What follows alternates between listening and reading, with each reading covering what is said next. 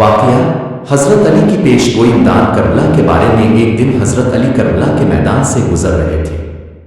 وہاں ٹھہر کر زمین کا ایک ٹکڑا اٹھایا، اسے سونگھا اور فرمایا، افسوس اے زمین، یہاں میرے جگر کا ٹکڑا قتل کیا جائے گا۔ صحابہ نے پوچھا، آل کیا بات کر رہے ہیں؟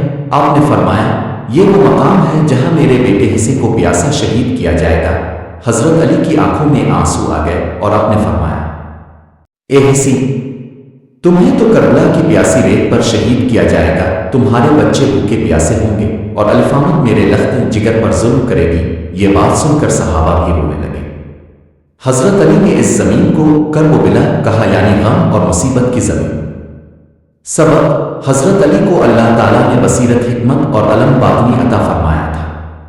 انہوں نے اپنے بیٹے امام حسین کی شہادت کا پہلے ہی ذکر کر دیا تھا۔